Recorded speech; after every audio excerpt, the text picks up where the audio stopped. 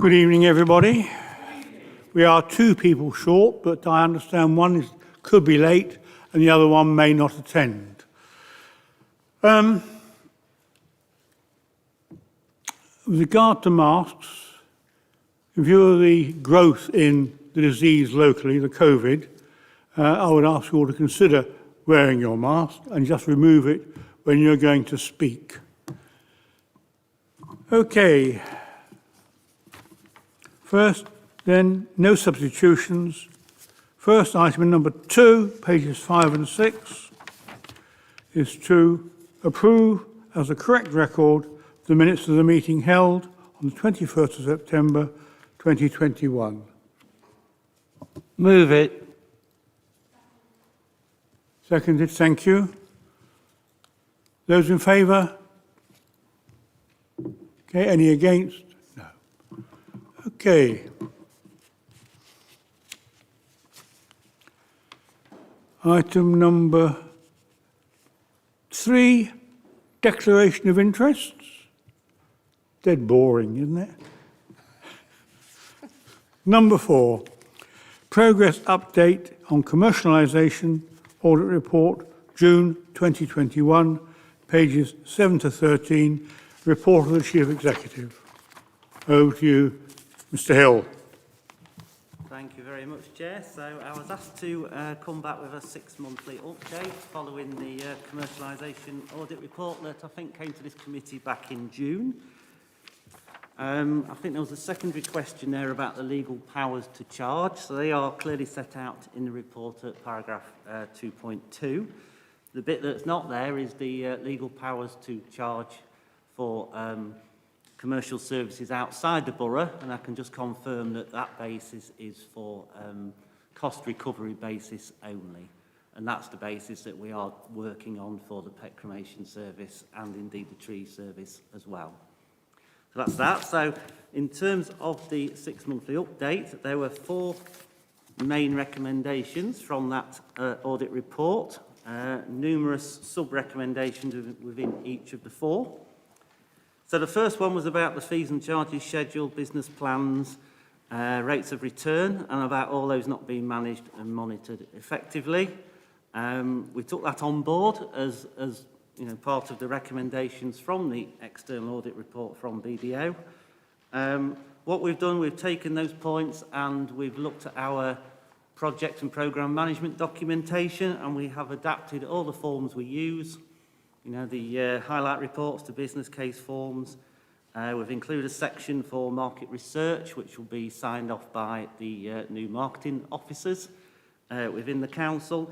And all those now have been built into the new business case documentation.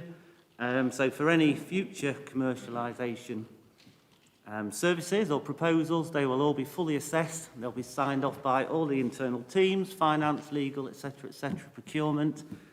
And, you know, I wouldn't say errors last time, but the higher level of scrutiny will be employed for further proposals. So that is recommendation number 1. So I've ticked all those off as completed.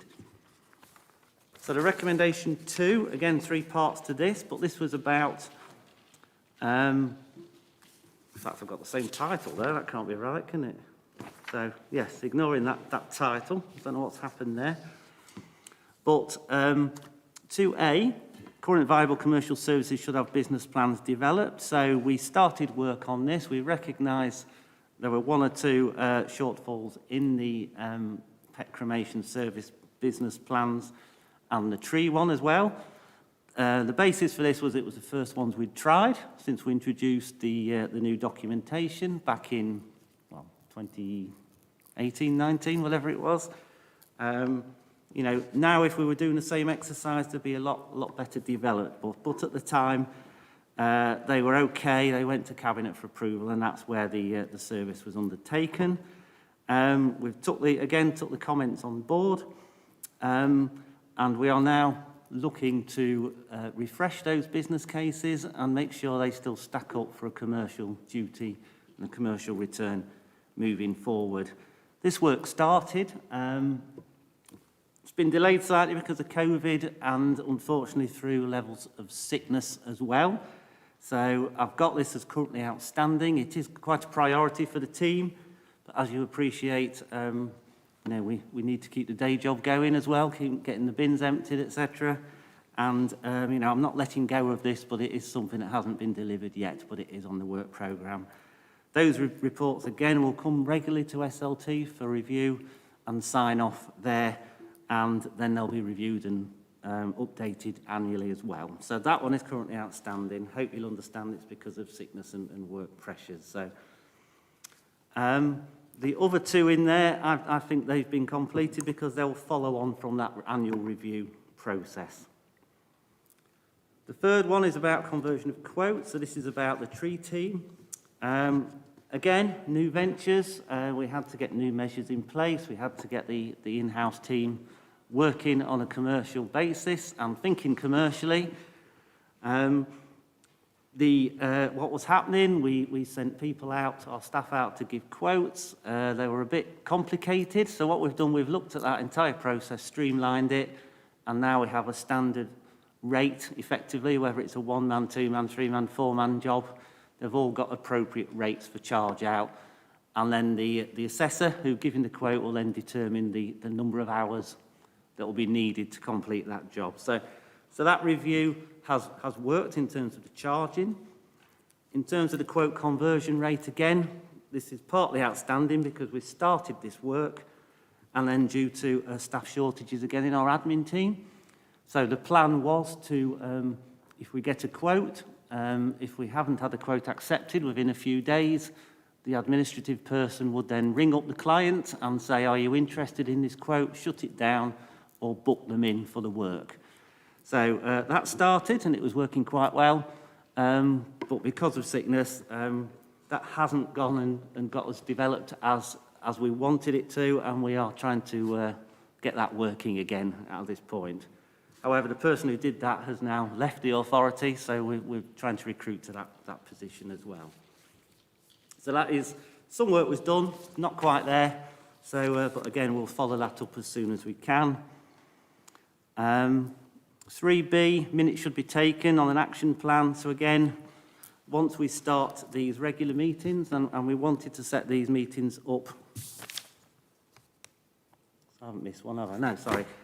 So the idea was to have a monthly meeting with all the staff involved. So it would be the admin officers at the depot, it would be the commercial officers at the depot as well, including finance. They'll get together once a month and then talk these issues through, and then we would minute and create an action plan. Again, these meetings started and then they've paused. So, you know, unfortunately, it's a victim of the times, and we will reinstate these again as soon as possible. In terms of number 4, ineffective monitoring, that's exactly what I've just said, and it links to exactly the same point. These monthly meetings will look at the trends, the income reports, the progress against income targets, and again, that will be built into the action plan and the minutes from those meetings. So it would be nice to have them all ticked off by now, but circumstances have dictated that we're not quite there yet, but we're not letting them go, Chair. So I'll leave it there. Thank you.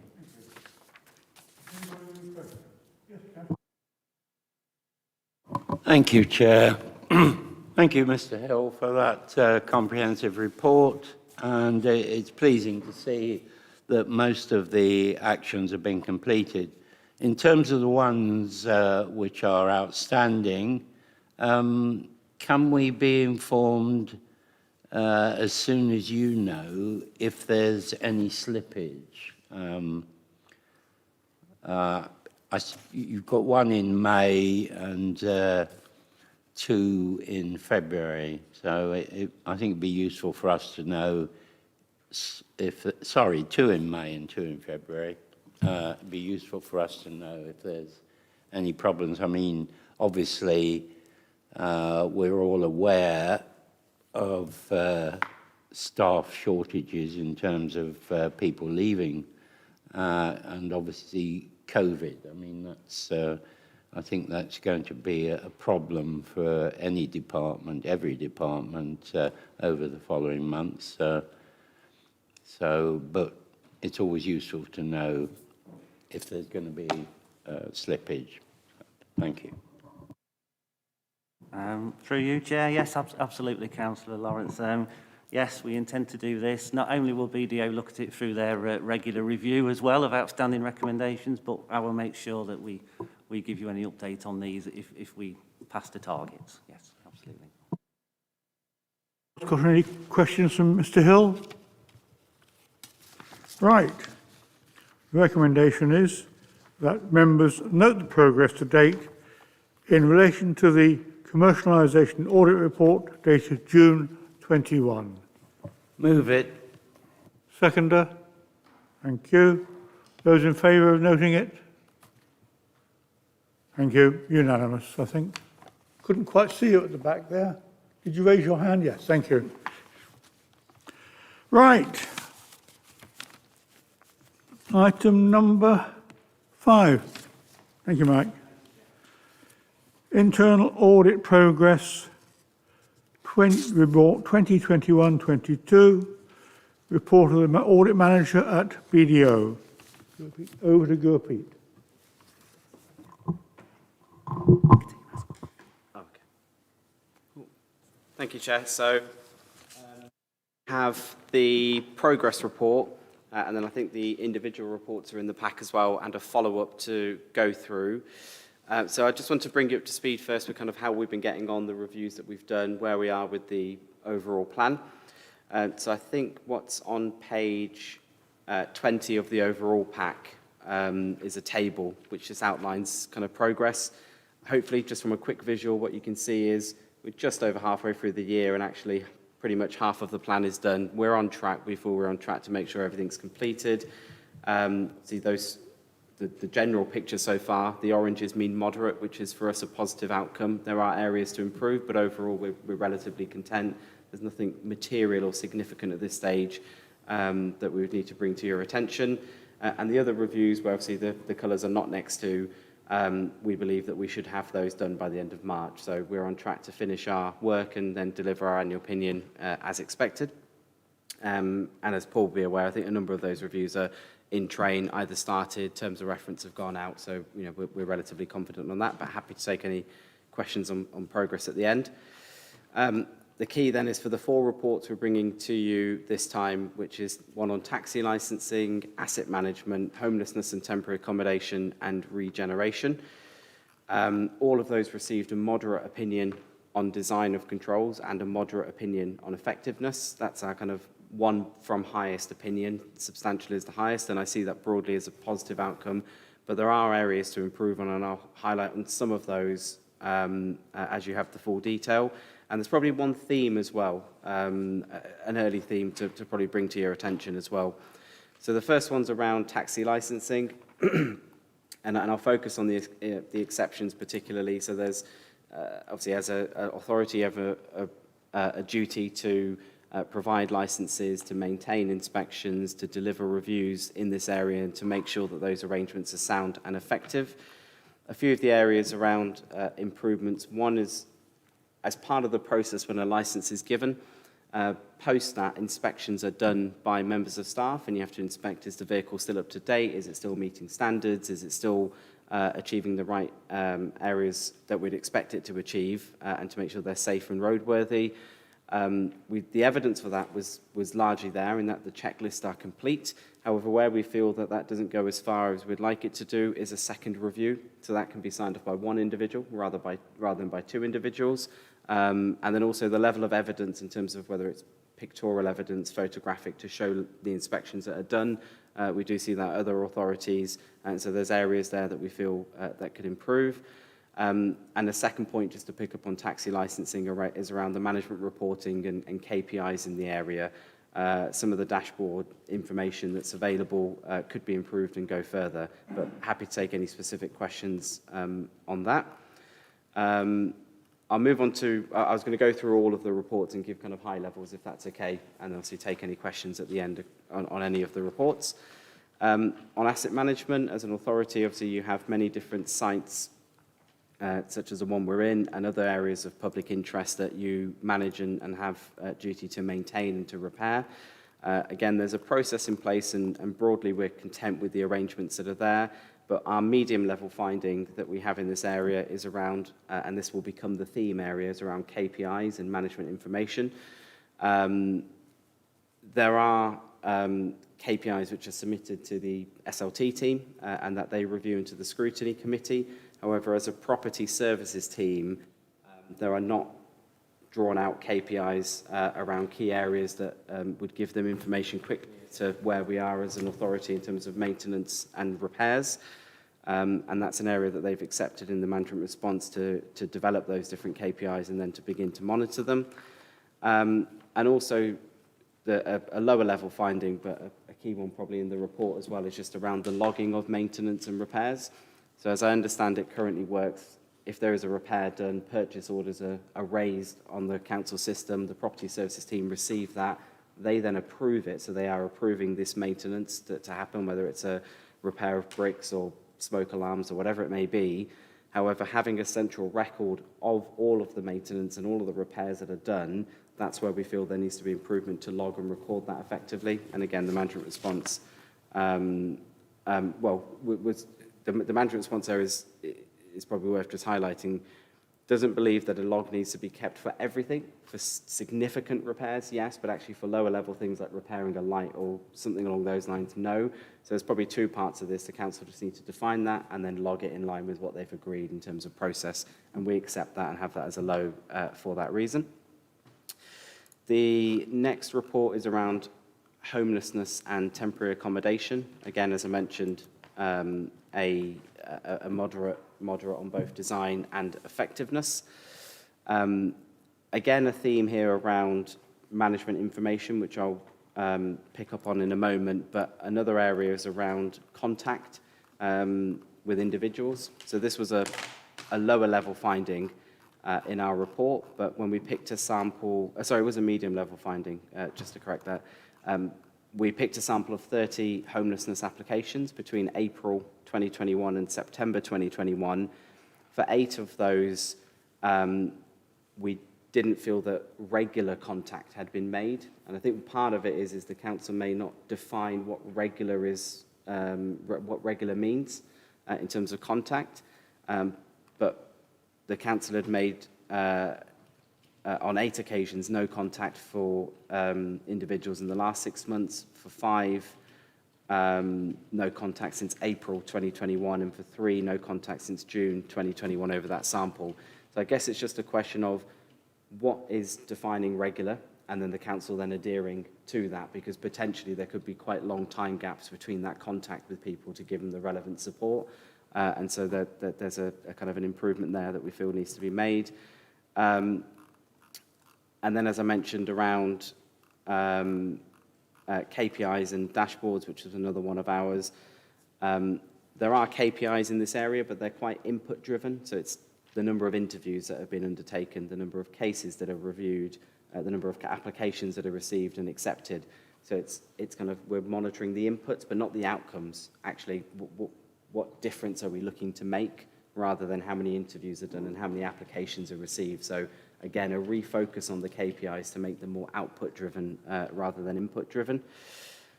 And the final one was employment and skills. So as a local authority, the authority engaged with schools and other key stakeholders to try and develop stronger pathways for individuals into employment and to develop their skills. And again, broadly on this one, there was only one medium. So if there was such a thing as a stronger moderate to a weaker moderate, this would be on the stronger moderate side, because there was only the one area that we classified as medium and 2 as low. And that area, again, going back to this theme of KPIs and action plans, there were areas in the action plans which could have been strengthened and had more detail against those different actions. Ensure that they're assigned to the relevant individuals. We did see examples of that, and that was there, but actually it could go further.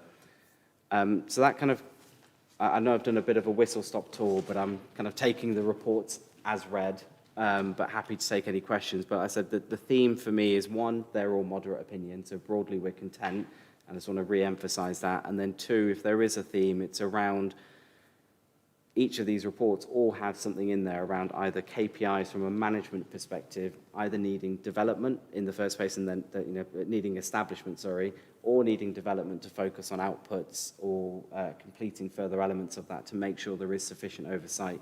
And the importance of KPIs is that management get that trigger.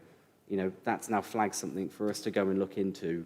Obviously, we'll keep an eye on this in future reports, see if that develops as a theme or if these just happen to be 4 that have come together that have that same type of finding in there. But that will be an area that we'll continue to look at and try and understand further in any further reviews. So happy to take any questions on anything that I've talked about on progress or on the individual reports. Thank you, Chair. Yes, thank you for that whistle stop, as you said. I'd like to ask about on page 28, where you've got key performance indicators. There are 4 areas where no feedback has been received. Can you give us a reason for that? So at the end of every report that we issue, a survey goes out. We use SurveyMonkey, and it asks the audit individuals that have been involved to give us feedback on a score of 1 to 5 across different areas, split broadly into our field work, our planning, our field work, and our reporting. So we always send that out. We always then do a chaser as well after a month. So someone logs into SurveyMonkey, sees if those individuals have responded, and then we'll raise it at that point. We will do that twice, and if we don't have a response, obviously we'd alert colleagues. And I think Kate, who works alongside me, may have picked up some of these as well in conversations with Paul. So our process is there, and we'll do it. We can't force a response necessarily, but we would love to get more responses. We'll continue to keep chasing those. Obviously, the ones we have are positive, but it's not from us not sending them. We send them, we chase them at the end of the month, at the end of the following month, and anything as a committee you can do to help get us more responses, we'd welcome that. Thank you. Well, no doubt we'll get a report back on that at our next meeting. It's pleasing to see that there are no really warning signs coming out of these reports, and given the current climate, I know we can't blame everything on COVID, but obviously we are aware, as I said in my response to the Chief Executive earlier, of staff shortages. And I suppose, given that, moderate is about all we can expect at the moment, although it's interesting to hear from you about highly moderate. But, thank you for that.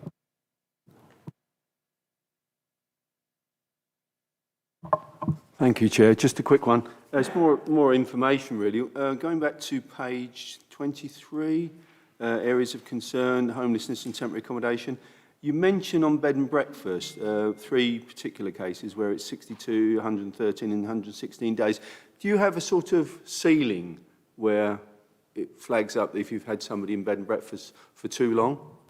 It might be one for Alison, but I do believe there's a national league table on this and that local authorities nationally have this. I forgot the exact number of days is, but there's a certain number of days at which I think it's considered that's over and above. It might be 30-something, but I can't quite remember exactly the number of days. So there is a national limit, and I know there is a national league table. I believe it's 30-something, but I can come back on that and get the exact figure.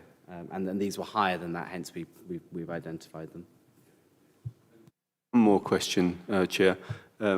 Thanks for the report. It's very interesting, actually. But just also on the homelessness side of things, what form does the contact take? You say, in terms of contacting, is it by phone? Is it by letter? Is it face-to-face? Obviously, I realise that we've got issues with staffing, etc., over this period. What form does the contact take?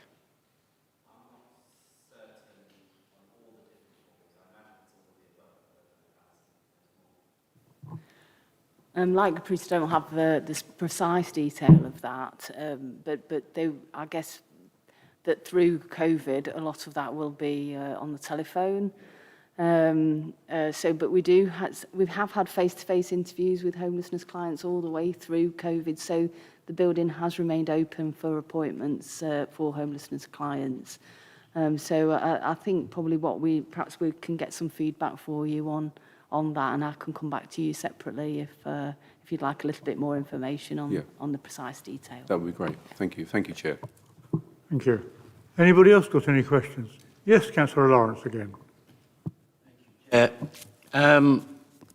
Yes, I have read through the report, and it's possible I may have missed it, but I couldn't see anything with regard to supply, because in the past we have, as a council, been aware of the lack of accommodation out there, and also in terms of the providers of accommodation, the lack of move-on accommodation.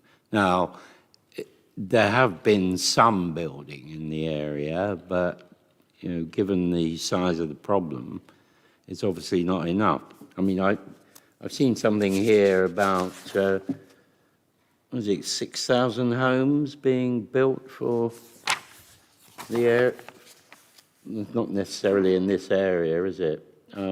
This 85% rise in funds to end homelessness and rough speaking. I mean, 6,000 homes as part of the government's rough sleeping accommodation programs is not going to go anywhere over the entire country. I'm sure that Gedling is not going to get 6,000 homes, are we? Yeah, thank you, Chair. I mean, the supply of accommodation that is suitable for people that have been homeless is certainly still restricted. So not a big supply of private landlord accommodation. And so that has been a problem for us in moving homeless clients into permanent accommodation. And that's where you see the long length of time that our clients are staying in temporary accommodation, some of those in bed and breakfast for quite a long length of time, as you see there. And it's because we can't find the permanent supply of housing within the market. So there has been some coming on stream, but so we've seen more affordable homes coming live that we've been able to access through Jigsaw Homes. So that's alleviated some of the issue, but of course the homelessness problem doesn't go away, and there are more and more people that we're accepting as homeless. So it is still a concern, and we are still seeing that through our service planning that we report into Cabinet each quarter, that the length of time that we have people spending in temporary accommodation it isn't coming down considerably yet. But we do have our own plans on the books for providing better temporary accommodation for those individuals. And of course, we've got plans for building some of our own housing as well. Not a large number of units, but that will certainly help with provision of social housing within the borough, because it's social and affordable housing that is really something that we need to see grow. Thank you. The small comment I was going to add is on finding one in our report. We do refer to the South Nottinghamshire homelessness and rough sleeping strategy. Obviously, we do with Broxtowe and Rushcliffe as well, which I think is currently out to consultation adoption in early 2022. And we do note in there that there are areas that could go further around the high housing costs that you have locally. And the management response talks specifically about one of the key strategic aims in the consulted document. We'll have an action plan around access to affordable and quality accommodation. And so our recommendation is to make sure that's seen through and then adopted, which would obviously be part of the managing the supply challenge. Obviously, we're not getting into the detail. The main thing is get the strategic document approved, and that may obviously move things forward in the future. But I imagine this will continue and always will be a challenge for most authorities, unfortunately. Thank you. Right, the motion, the recommendation is on page 15. That members receive the report and note actions taken or to be taken. Move it. Thank you. Seconder? Thank you. Those in favour, please show. Unanimous. Thank you. Right, agenda item number 6. Internal Audit Follow-up Report. Report of the Audit Manager of BDO. So it's over to you again, Gurpreet. Cool. Thank you. So Follow-up is where, obviously, we follow up all the recommendations that we've just talked about. They don't get lost. We follow them through and go back to management and nudge them to find out what's going on, what's the latest, can we see evidence where they determine they're completed. Obviously, the reports, as you would have just seen, have due dates on them, and that's what drives when we go back and then check in at that date to say what's the latest on what's happening. So the quite colourful table on the kind of inside cover, as you'll see, breaks it down into years. So some of these are legacy ones, so our predecessor, 2018-19, and recommendations they raised, and what's the latest on those. And then obviously you come into our ones that we've raised on reviews that we've done from 2020, 2021 onwards.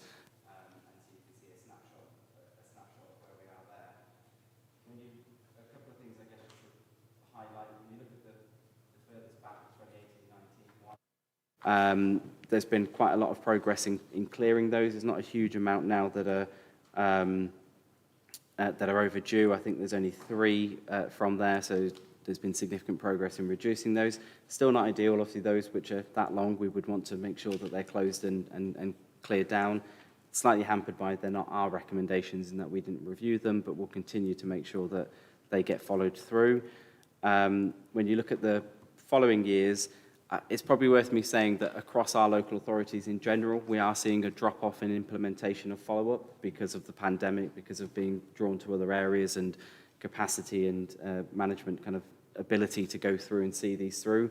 I think the Gedling position is slightly better than what we're generally seeing, but there's probably still a strong element of that theme, as you can see from this, in that there's a number of them which are not quite complete yet and have gone beyond their follow-up date. So as a general theme, I think it's stronger than the average, but it's still got a way to go.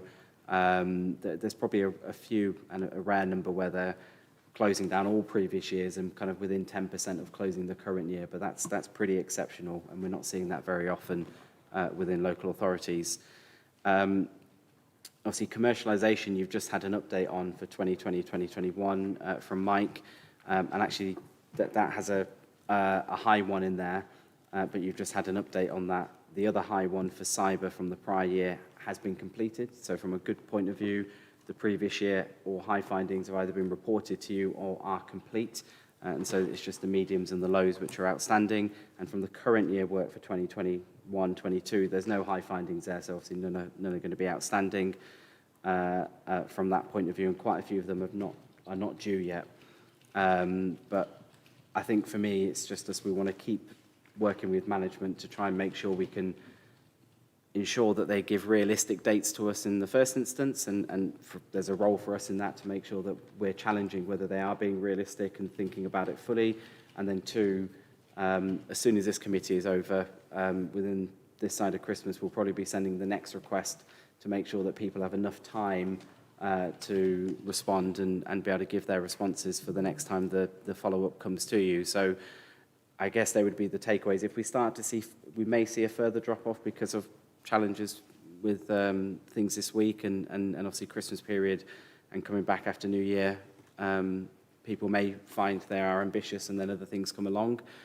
So we'll try and make sure we keep on top of this and keep pushing it further. But broadly, we're content. We wouldn't want to see too much more of a drop-off in terms of where it's not completed, but there are no high ones, which would be a concern for me if they weren't completed, but that's not the case, so that's a definite positive. Happy to take any questions on the specifics, but I thought I'd just give an overview of kind of where I see follow-up with the authority in general.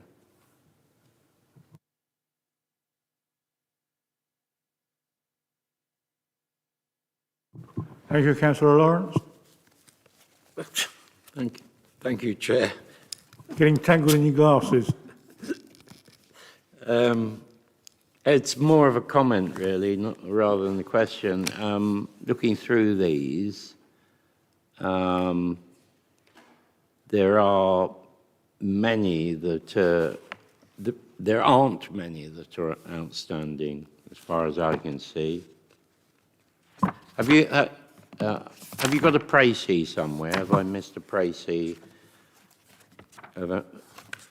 So I can obviously see in the tables all the ones that have been crossed off and comments, if you've had comments. Have I lost it? 100. Oh, I galloped ahead of myself, did I?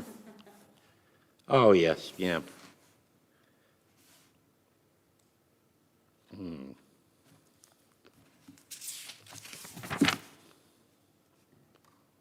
Yes, I don't think I want to say anything else. Thank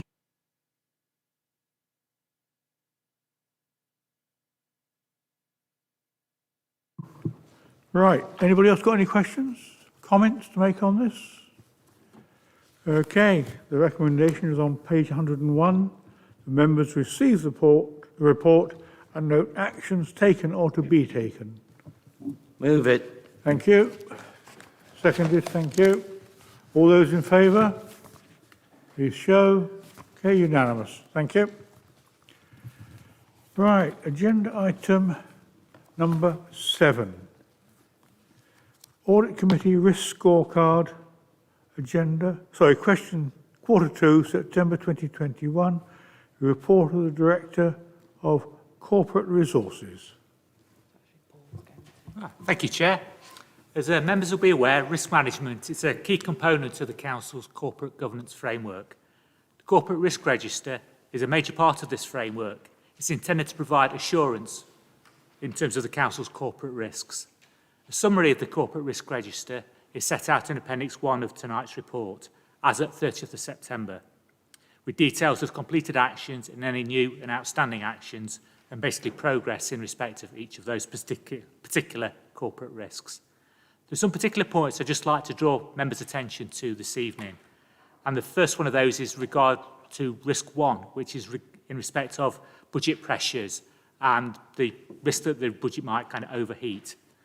This is the only risk of the 13 corporate risks that we've got that we consider that we need to change at this point to reflect the fact that we had an overspend at the end of Q2, reported to Cabinet, of £59,000 for the current year, due primarily to additional staffing costs required to support service delivery. Again, members will be aware of the pressures of rising inflation, cost pressures in the economy generally, and supply chain issues. Again, in response to that, what we've done is we've raised the risk score from a B1, which is low likelihood, negligible impact, to C3, which is significant likelihood and serious impact. In terms of our kind of framework, really, we've just raised it from a green to an amber, just to reflect the fact that based upon where we were at the end of the last quarter, we think the position has kind of deteriorated because of those pressures that we just spoke about. Again, this is one that we need to keep under constant review, and that's what we're doing. Again, we're going through now the process. We'll be in a few weeks of reporting to Cabinet at the end of Q3, and also as well we're putting together the budget for the new year. So again, risk 1, budget pressures.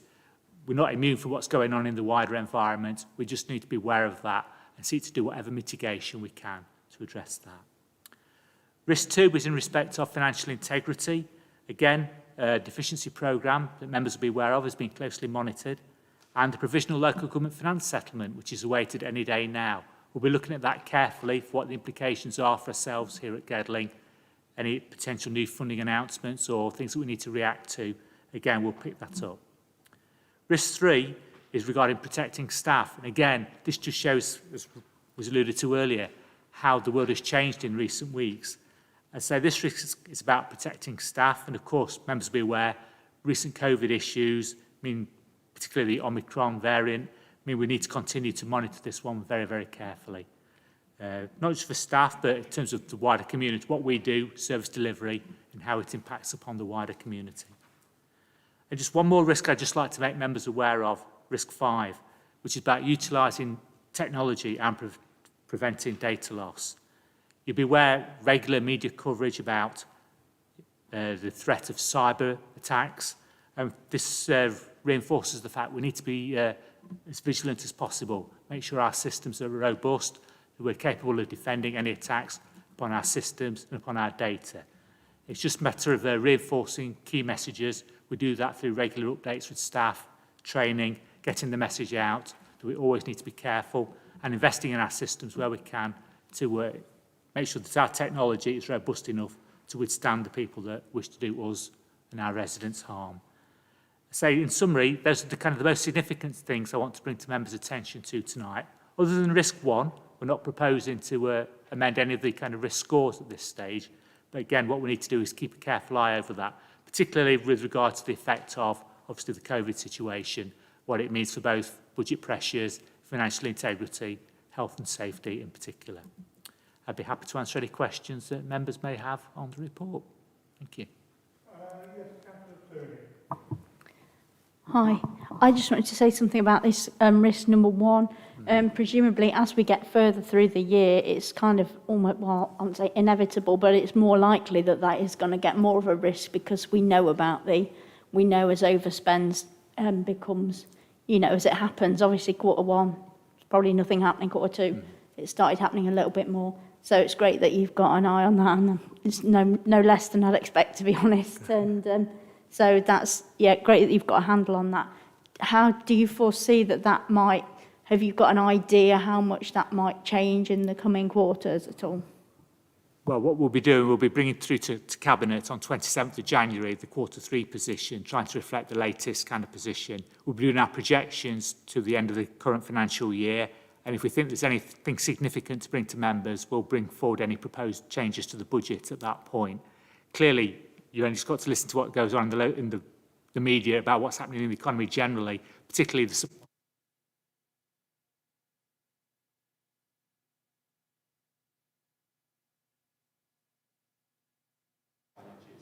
Clearly what we're doing is management team SLT, we're looking to see what mitigating measures we can put in place. It may be kind of more training stuff. We've got skill shortages. It might be in training, investing in staff, trying to address that through recruitment challenges. Again, it's been looking at those particular issues, what's driving them, and what we can do as an organisation to respond to them. So it's about being aware of that. A good thing is, as I say, we can look at what our peers are doing. We can learn from what they're doing, see if we can work with them collaboratively wherever possible, and seeking what mitigation we can do to address those. Try to predict the future. Who'd have known 4 weeks ago that we'd be back to, you know, the present measures that we are? It just shows how volatile the world has been in the last 2 years.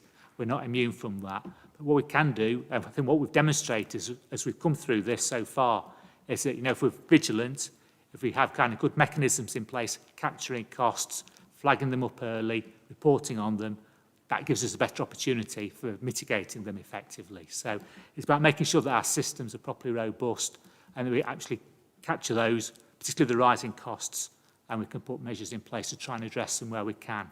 That might be through, for example, through our procurement, you know, where we have a regular tender programme, contracts registered that we manage there. So we're making sure that we get best value for the money that we're spending. And again, clearly the key element of our cost base is our staff. And of course, we're not immune there from the wider health and safety challenges that we spoke about earlier. So again, it's just about recognising those particular risks, managing them carefully. What we do is SLT, the management team, they review the corporate risk register on a quarterly basis.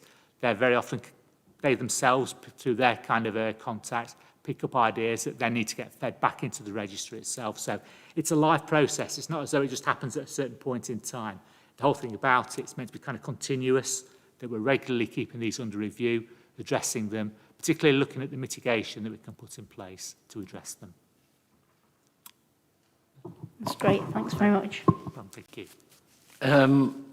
Could I ask the actions that are outstanding, there's no timescales on them.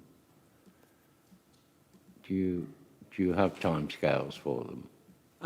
Is that in respect of one particular risk, or is it just kind of... No, it's generally?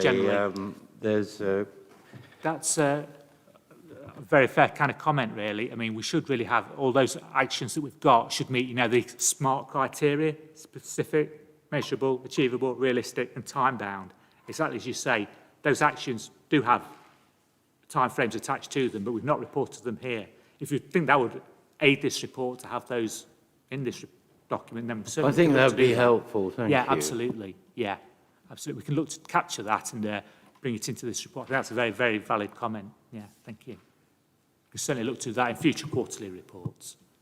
Just to give members an indication as to when it is anticipated that those actions are going to be concluded. So, totally agree. So we can pick that up next time. Thank you. Anybody else have questions for Mr Adcock? Thank you, Mr Adcock. Right, the recommendation is on page 123. Note the progress of the actions identified within the corporate risk register. Move it. Thank you. Thank you. Do a second over there. Right, all those in favour, please show. Any against? Carried unanimously. Right, agenda item number 8. Accounting policies 2020-21. Is that over to you? Yes, thank you, Chair. This report presents the accounting policies applied in the production of the 2021 Statement of Accounts for approval. Ordinarily, these are presented for approval as part of the full Statement of Accounts, where there have been no significant change in accounting policies from those approved in the previous year. Initially, we were anticipating that the full Statement of Accounts would be presented to this committee for approval following completion of the external audit by the end of September. That was to enable us to publish our accounts by the regulatory deadline of September that was put in place for this year. However, due to capacity issues within the external audit team, the audit is not yet finalised. It is underway, and we now expect the Statement of Accounts and External Audit Report to be presented either at the next meeting of this committee that's scheduled for March, or with the Chair's permission, to agree an extra meeting of this committee in the new financial year, early in the new financial year. So, I'll correct that. So, early in the new calendar year. So, we have just received some feedback from the external audit team this afternoon, and they are progressing the audit well. But they've said the earliest they can probably come to this committee is the week commencing the 31st of January. So I'll take a review of where we are with progress and consult with the Chair, if I may, potentially to add another meeting of this committee to enable us to get the accounts signed off and published well before the year end. That delay of the external audit are experiencing is not specific to Gedling. It is a national problem at the moment. And I think only about 9% of local government accounts have been signed off so far within accordance with the deadline of September. So whilst we don't have the full accounts, I thought I'd take the opportunity to table the accounting policies for your consideration and approval, just to expedite the conclusion of the audit. And so the accounting policy, just by way of background, the accounting policies provide the rules and conventions which are designed to ensure that we comply with the requirements of the Code of Practice on Local Authority Accounting and International Financial Reporting Standards. And they ensure consistency between and the effective comparison of all accounting statements, and also enable the aggregation of the whole of government accounts which are produced by central government. The policies provide the framework for the preparation of the statement of accounts, and how we record our day-to-day transactions, and how we measure our assets and liabilities, for example, our property, plant and equipment, and our pension numbers in the accounts. The accounting policies must be disclosed to enable the reader of the statements to better interpret the financial position that's presented.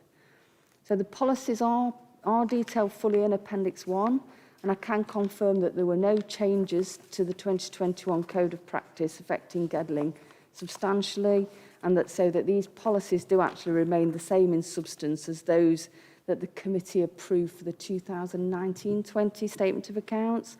So therefore they do remain, I can confirm that remain compliant and consistent with the Code of Practice. So I'll leave it there, Chair, and Thank you. happy to take any questions if there are any. Yes, Councillor Lawrence.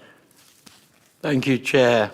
Just a comment. I wish I was an accountant and I'd understand them.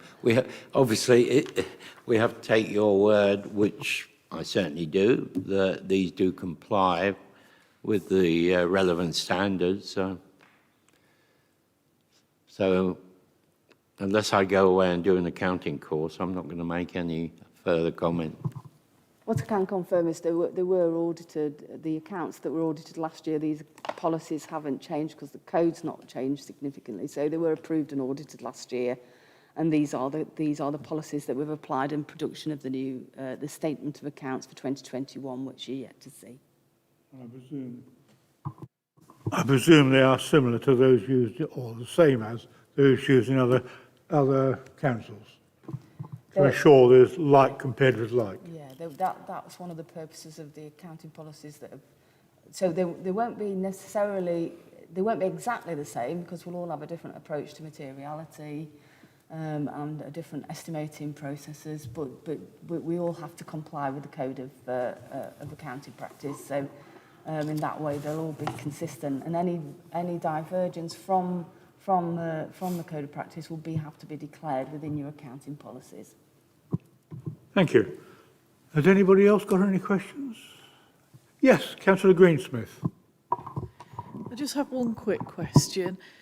Usually part of the audit, they have to look at the pension scheme, which I know is a completely different audit to Gedling's audit, if I can call it that. And that usually holds up the signing of the accounts off. Have we got an update on what's happening regarding that? Because I can remember a couple of times where everything has been ready, but the pensions element of the assets and liabilities that have to go into the accounts. So I just wondered if we got if you managed to get an update from the external auditors for that. Yeah, you are right, Councillor Greensmith. Last year, the audit of the pension fund accounts was the issue that held up the sign-off of the accounts last year. So you'll recall there was a delay for last year as well. This year, the pension fund accounts have actually been signed off in time. So they were signed off by the end of September, but they were very close to the deadline, which doesn't give our external audit team a lot of time to then conclude our audit. But I can say the fact that actually primarily that's not the reason this year for the delay in the sign-off of our accounts. The external audit didn't begin until September and is still ongoing. So I think it is capacity issues within the external audit team that were flagged by the Redmond Review last year, if you recall, as reporting back on that. And it has been identified as an issue by central government, and they did give us some extra grant funding last year to help cover some of the audit fees. But we're yet to hear where, and I think it was actually mentioned within the autumn the spending review. But we're yet to see what will come through in terms of settlement, whether there'll be anything transparent in it related to the additional governance that's required for the statement of accounts audit. Thank you. Are you happy with that? Okay. Anybody else got any questions? Then let's look at the recommendation on page 137, that members approve the accounting policies 2020-21 as set out in the appendix. Move it. Thank you. Seconded, Councillor Clooney. All those in favour, please show. Any against? Unanimous again. Thank you.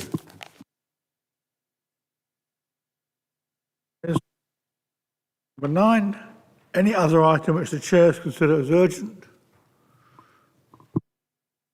Not particularly urgent, Chair, but I wonder if we could place on record our thanks to the staff and the internal auditors for their work in these difficult times. I would second that.